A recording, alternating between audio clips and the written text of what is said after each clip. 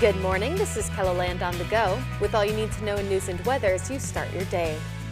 A Yankton man is headed to prison for the rest of his life. Craig Nichols Jr. pleaded guilty but mentally ill to domestic abuse, murder, second degree, in the death of Heather Bodden.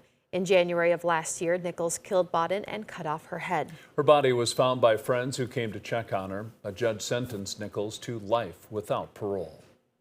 A Sioux Falls man has been arrested in connection to an officer-involved shooting in the north part of town. Police say they had been searching for 36-year-old Richard Olson Jr. since last week. He was wanted on a federal warrant for a probation violation. Officers found him in a vehicle near the intersection of Russell Street and Minnesota Avenue. Police say Olson revealed a gun and two officers fired at him. When Olson tried getting away, he was apprehended by a police canine. Ultimately, it sometimes deters people from even thinking about running because nobody runs faster than a German Shepherd or a Malinois. Police say Olson was not injured by the gunfire, but he was hurt when the canine bit him. The two Sioux Falls police officers involved in the shooting have been put on administrative leave. The South Dakota DCI is investigating. Deb Hansen, Adam Shaw, and Ryan Budmeyer all asked questions of South Dakota's Republican gubernatorial candidates during our debate this week. So we decided to reach back out to them after they saw how the candidates answered. I care about kids and I care about my future in this state and these kids and where we're heading. And so that's my biggest piece of this is, how do we continue to invest in them? Shaw asked the candidates about seeing education as an investment. If you haven't yet seen how the candidates responded to viewers' questions, you can watch those segments or the debate in its entirety on KELOLAND.com. Now let's get a check of our weather with meteorologist Scott Mundt. Good morning, Scott. Good morning, everybody. We are following wintry mixed snow in central, northeastern South Dakota this morning. That is thinning as it is moving to the northeast. And then we have a batch of rain moving into southeastern South Dakota, through Iowa, into western, southwestern Minnesota. And we are watching that closely because temperatures are a couple of degrees below freezing north of Sioux Falls.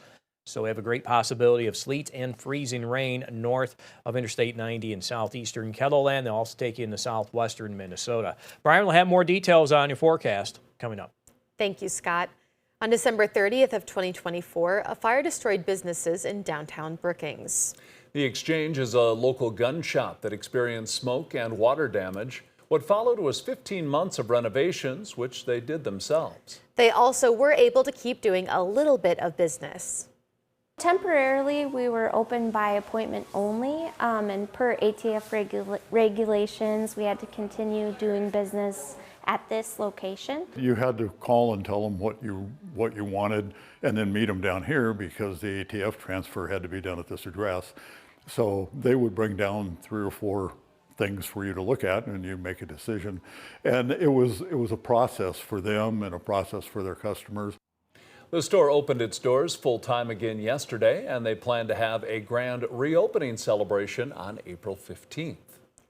A dozen semi-trucks and trailers hauling 300 round bales of hay arrived in Nebraska Wednesday, compliments of South Dakota farmers and ranchers. Wildfires destroyed around 1 million acres of pasture land in Nebraska, leaving thousands of cattle without a food source. So members of the Kingsbury County Cattlemen's Association put out the call for hay. Their goal was enough hay to fill 3 trailers, but they ended up with 12. Kids at the Lake Preston School came out to cheer on the drivers as they left for Nebraska Wednesday morning. The city of Sioux Falls is giving an update on some public art projects and programs around town. Submissions are now open for the annual Storm Drain Art Project. A large-scale mural is also planned for the north wall of the Orpheum Theater. Last September, the city teamed up with a research group to develop a 10-year plan for arts and culture. Arts and culture show up in many ways in Sioux Falls, in our neighborhoods, our public spaces, our local businesses, and our shared civic identity. This planning process is helping us better understand what's working well, where gaps exist, and how the city can play a thoughtful and strategic role moving forward. Another art project happening this year is Art on the Move. Local artists can submit original work that will be wrapped on city buses.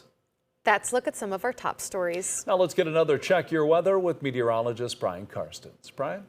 All right, our weather picture today, we're carefully monitoring the rain that is encountering that colder air at the surface around Marshall and Pipestone and Slayton. And then on the South Dakota side, Brookings too. Obviously, we've had snow, Aberdeen, Watertown, that's kind of extended to the west, but that is going to be moving east and northeast. So we'll get a lull here as we finish things off this morning. I think Sioux Falls still has a ways to go on the rain totals, but ultimately here there will be a gap, and then we'll have to kind of regroup here and get ready for tonight and tomorrow and the next round that's going to come in. Also, I want to point out how warm it is today in the southwest. 60-degree weather in Hot Springs, Pine Ridge. Rapid, we're going to high about 50 or so.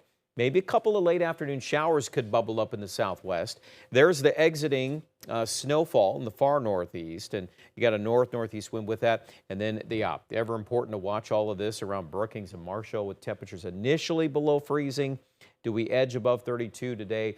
We're still anticipating that, but still, it doesn't take away from the fact of what's happening in the short term. Now, tomorrow morning, do we have to go back to freezing rain again? And this is a consistent feature. The exact placement, that's maybe a little more debatable, but ultimately there is going to be some freezing rain going on north of Mitchell through Huron and Pierre. That's kind of the epicenter of that. You go north to Mobridge and Timberlake, you've got snow. We've got winter storm watches in effect for heavy wet snow tomorrow. Sioux Falls, mostly going to say rain. There could be a little window in the early morning where that's a bit debatable, but then here's the other thing.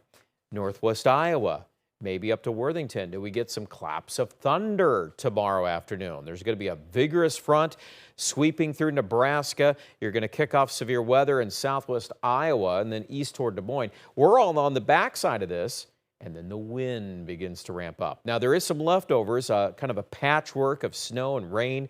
Look at Saturday morning. That's blustery. And keep in mind on Saturday morning especially, but even into the afternoon, we're going to continue to see some patches of these little snow squalls, and it's not going to be pleasant. The wind's going to really crank up anytime there's some moisture on radar. Could come out of the clouds as some sleet or grapple or something like that. And even if it snows for a little bit, the visibility could get knocked down because the winds will be whipping those snowflakes.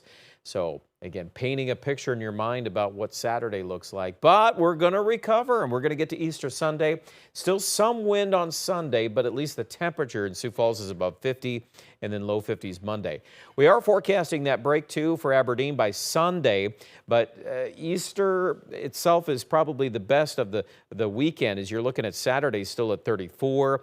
And keep in mind, winter storm watch, so if we pick up even as much as, 4 to 8 inches of snow in Aberdeen on top of what we have, that is a possibility. Pierre also involved with some of these snow chances and rain. You're on the backside of the system tomorrow. The wind will increase Saturday morning, but 42 for a high Saturday. I think everybody, though, will jump on Easter Sunday. That looks like a recovery day. And Rapid City, after we push some snow in the northern hills, winter storm watch in effect for the northern Black Hills. I think Saturday and Sunday will both be warming in the west. A lot more to get to online at KELOLAND.com.